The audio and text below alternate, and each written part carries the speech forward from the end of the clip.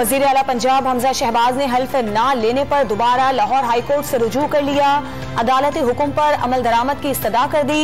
लीगी रहनुमा अताउल्लाह तारड़ ने गवर्नर पंजाब पर अना की तस्कीन के लिए हल्फ ना लेने का इल्जाम लगा दिया।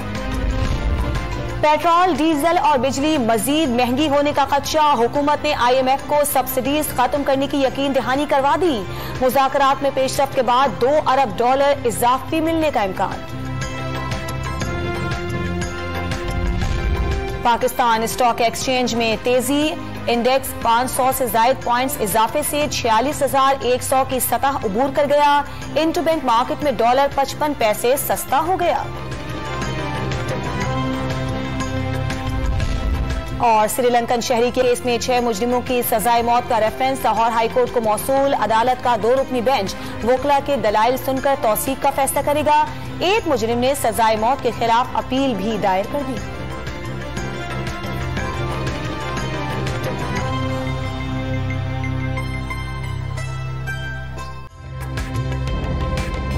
ताज़ा तरीन वीडियोस के लिए हमारा YouTube चैनल सब्सक्राइब करके बेल आइकन प्रेस करिए ताकि आपको मिले हर अपडेट सबसे पहले।